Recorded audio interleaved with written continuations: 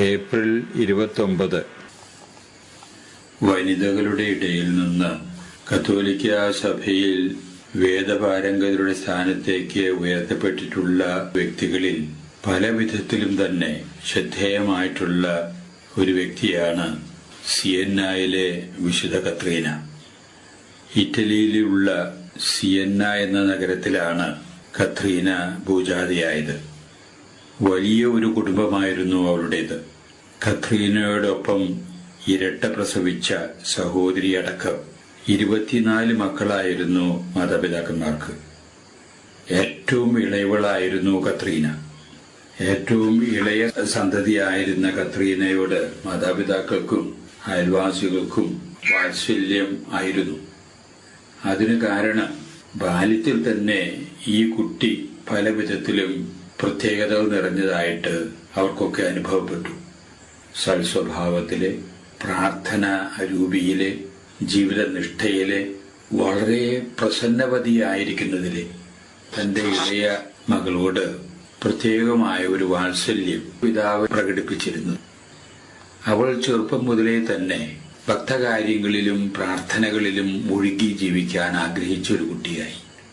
ഒരു ദിവസം സ്വന്തം പിതാവിന്റെ അടുത്ത് അവൾ ചെന്ന് നയത്തോടു കൂടെ തന്റേതായിട്ടുള്ളൊരു ആവശ്യം നേടിയെടുക്കുകയാണ്. തനിക്ക് വീട്ടിൽ ഒരു കൊച്ചുമുറി പ്രാർത്ഥനയ്ക്കും ധ്യാനത്തിനുമായി സൗകര്യപ്പെടുത്തി തരണം എന്നുള്ളതായിരുന്നു ആവശ്യം. കൊച്ചുമകളുടെ ആവശ്യം അപ്പച്ചൻ വളരെ ഔദാര്യത്തോടു കൂടി തന്നെ നിർവഹിക്കുകയും അവളെ ഭക്തകൃത്യങ്ങളിൽ പ്രോത്സാഹിപ്പിക്കുകയും ചെയ്തിരുന്നു എന്നുള്ളതാണ് ചരിത്രത്തിൽ നിന്ന് മനസ്സിലാകുന്നത്. 12 വയസ്സ് അവൾക്ക് പ്രായമായപ്പോൾ അമ്മയുടെ പ്രത്യേക ഉത്സാഹത്താൽ ചില വിവാഹാലോചനകളൊക്കെ അവൾക്ക് വരികയുണ്ടായി. ഇത് മനസ്സിലാക്കിയ കത്രീന സ്വയമായിട്ട് ചില സാഹസിക കൃത്യങ്ങൾ പോലും ചെയ്തുകൊണ്ട് വിവാഹ ജീവിതത്തിൽ നിന്ന് അവൾ ഒഴിഞ്ഞു നിൽക്കുകയാണ് ഉണ്ടായത്. എന്നല്ല, രഹസ്യമായി ദൈവത്തിന്റെ മുമ്പിൽ അവൾ ഒരു വ്രതവും ചെയ്തു കന്യകയായിട്ട് ജീവിക്കും എന്ന്. അങ്ങനെ അവൾ ജീവിക്കുന്ന അവസരത്തിലും പാവങ്ങളോടും രോഗികളോടും അവശത അനുഭവിക്കുന്നവരോടും പ്രത്യേകമായിട്ടുള്ള കരുതലും കാരുണ്യവും അവൾ കാണിച്ചു പോന്നു. 18 വയസ്സ് പ്രായമായപ്പോൾ അവൾ ഡൊമിനിക്കൻ സന്യാസ സഭയിലെ 3-ാം സഭ വസ്ത്രം സ്വീകരിച്ച് സ്വന്തം മുറിയിൽ താമസം തുടർന്നു. അങ്ങനെ വന്നപ്പോൾ അവൾ പിതാവിന്റെ സഹായത്താൽ സിയന്ന നഗരത്തിൽ നിന്ന് മാറി വളരെ ഗ്രാമ്യമായിട്ടുള്ള ഒരു സ്ഥലത്ത് അവൾക്ക് ജീവിക്കുന്നതിന് വേണ്ടിയുള്ള ഒരു സൗകര്യം ചെയ്തു കൊടുക്കാൻ അവൾ അപ്പച്ചനോട് അപേക്ഷിച്ചു. അവളുടെ പ്രത്യേകതകൾ മനസ്സിലാക്കിക്കൊണ്ട് തന്നെ അപ്പച്ചൻ അത് അവൾക്കായിട്ട് ചെയ്തു കൊടുക്കുകയാണ്. അവൾ അവളുടെ കൊച്ചുമുറിയിലുള്ള ഏകാന്ത വാസത്തിനിടയിൽ സ്വന്തം കുമ്പസാരക്കാരനോടല്ലാതെ പുറത്ത് എല്ലാവരോടും തന്നെ മൗനവ്രതത്തിലായിരുന്നു. അവൾ അവിടെ ജീവിച്ചിരുന്ന അവസരത്തിലാണ് 1374 നാട്ടിലൊക്കെ ഒരു പകർച്ചവ്യാധി പടരാനിടവന്നത്. ഇവൾ അത് മനസ്സിലാക്കിക്കൊണ്ട് മുറിയിൽ വിട്ട് ശുശ്രൂഷയിൽ ആയിരിക്കുന്ന രോഗികളെ ആസ്പത്രിയിൽ ചെന്ന് കാണുന്നതിനും അവരെ ശുശ്രൂഷിക്കുന്നതിനും ഭവനങ്ങളിൽ ചെന്ന് അവരെ ശുശ്രൂഷിക്കുന്നതിനുമൊക്കെ ഉത്സാഹവും ധീരതയും കാണിച്ച ഒരു യുവതിയായിരുന്നു. അങ്ങനെ പലതരത്തിലുള്ള ധീരകൃത്യങ്ങളും അവൾ സമൂഹത്തിൽ നടത്താൻ ഇടവന്നിട്ടുണ്ട്. അങ്ങനെയിരിക്കെയാണ് മാർപ്പാപ്പയുടെ പരമാധികാരത്തെ അംഗീകരിക്കാത്ത ചില ചെറു രാജ്യങ്ങൾ വറ്റിക്കാന്റെ ചുറ്റും പൊങ്ങി വരാൻ ഇടവന്നത്. അതിൽ പ്രധാനപ്പെട്ട ഒരു രാജ്യം ഫ്ലോറൻസ് ആയിരുന്നു. ബെറൂജിയായും ടസ്കനിയായും ഒക്കെ മാർപ്പാപ്പയ്ക്കെതിരായുള്ള യുദ്ധം പ്രഖ്യാപിച്ചിരിക്കുകയായിരുന്നു. കത്രീന ഇത് മനസ്സിലാക്കി അതിശയം തോന്നത്തക്ക വിധത്തിൽ അതിലിടപെടുകയും അവളുടെ നയതന്ത്രജ്ഞതയും അവളുടെ പ്രത്യേകമായിട്ടുള്ള ചാതുര്യത്തോടും കൂടിയുള്ള സമീപനത്താലും ഈ അയൽ രാജ്യങ്ങളെയൊക്കെ യുദ്ധത്തിൽ നിന്ന് പിന്തിരിപ്പിക്കാനും മാർപ്പാപ്പയായിട്ട് അനുരഞ്ജനത്തിൽ അവരെ എത്തിപ്പെടാനും കത്രീന വഴിയായി, ഒരു മാർഗമായി. അതോടുകൂടി അവളുടെ പേര് ശ്രദ്ധേയമായിട്ട് തീർന്നു ആ നാട്ടിൽ. പിന്നീട് വന്ന മാർപ്പാപ്പ ജോൺ 2-ാമൻ മാർപ്പാപ്പ ഒരു ഫ്രഞ്ചുകാരനായിരുന്നു. പേപ്പസിയിലുണ്ടായിരുന്ന ചില കെടുകാര്യസ്ഥതയും ഭരണപരമായിട്ടുള്ള ചില പ്രശ്നങ്ങളും ചില സ്വാർത്ഥ താല്പര്യങ്ങളും ഒക്കെ കാരണം റോമൻ കത്തോലിക്ക സഭയുടെ ശിലാകേന്ദ്രമായിരിക്കുന്ന റോമിലെ വത്തിക്കാനിൽ നിന്ന് പേപ്പസി ഫ്രാൻസിലെ അവിഗ്നോൻ എന്ന് പറയുന്ന സ്ഥലത്തേക്ക് മാറ്റുകയാണ്. അവിടെയായിരുന്നു മാർപ്പാപ്പയുടെ വാസം.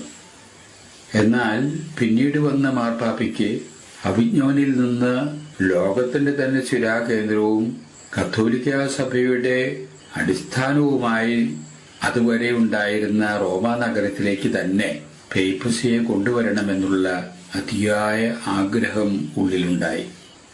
പക്ഷേ അത് നടപ്പിലാക്കാനുള്ള വഴി മാർപ്പാപ്പയുടെ മുന്നിൽ തെളിഞ്ഞു വന്നിരുന്നില്ല. ഈ അവസരത്തിൽ അത്ഭുതകരമായ രീതിയിൽ എന്ന് തന്നെ വിശേഷിപ്പിക്കാവുന്ന വിധത്തിൽ യുവതിയായിട്ടുള്ള കത്രീന ഈ വിഷയത്തിൽ ഇടപെടുകയും പേപ്പസി അവിഗ്നോനിൽ നിന്ന് വത്തിക്കാനിലേക്ക് റോമിലേക്ക് മാറ്റാൻ ആവശ്യപ്പെടുകയും ചെയ്യുകയാണ്. മാർപ്പാപ്പ അതിനു മുമ്പ് രഹസ്യമായിട്ട് ദൈവത്തിന്റെ മുമ്പിൽ ഒരു പ്രതിജ്ഞ ചെയ്തിരുന്നു, ഞാൻ അവിഗ്നോനിൽ നിന്ന് വത്തിക്കാനിലേക്ക് പേപ്പസിയെ മാറ്റും എന്ന്. പക്ഷേ നടപ്പിലാക്കാനുള്ള ആ സാഹചര്യം തുറന്നു കിട്ടാത്തതിന്റെ അടിസ്ഥാനത്തിൽ അന്നത്തെ മാർപ്പാപ്പ വിഷമിക്കുകയായിരുന്നു. ഇവളുടെ ഇടപെടൽ മാർപ്പാപ്പയ്ക്ക് വിസ്മയം തോന്നി.